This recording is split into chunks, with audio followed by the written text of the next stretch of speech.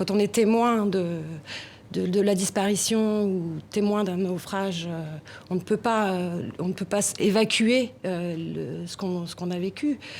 Donc ça traumatise, ça laisse une empreinte qui est extrêmement forte. Après, la difficulté du témoignage, elle se joue là, mais elle est aussi nécessaire. C'est-à-dire que ce témoignage, il est aussi nécessaire. C'est le moyen le plus évident pour chacun de devenir sujet de cette histoire-là et de le transmettre, ce qui a eu lieu.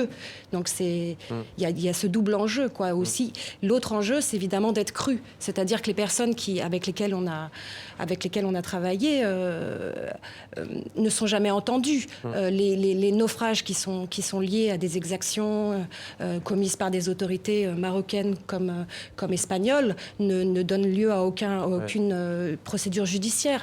Donc il y a un déni de cette histoire-là, il y a un déni de ces exactions, il y a un déni de tous ces naufrages. Or, ces personnes-là ont évidemment endossent la difficulté d'être crues par l'autre. J'ai trouvé des gens qui sont morts.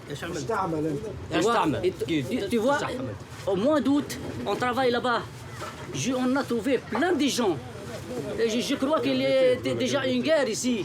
Il y a déjà une guerre. Tu vois, de 20, 30, 50 personnes qui sont sur l'eau. Tu vois, vraiment, c'est un choc. C'est une chose très triste.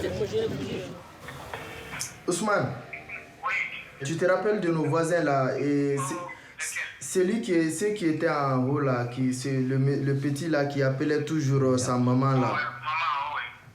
Maman, tu te rappelles? Oui, je me rappelle. Paraît-il qu'ils sont décédés, ils sont morts dans l'eau.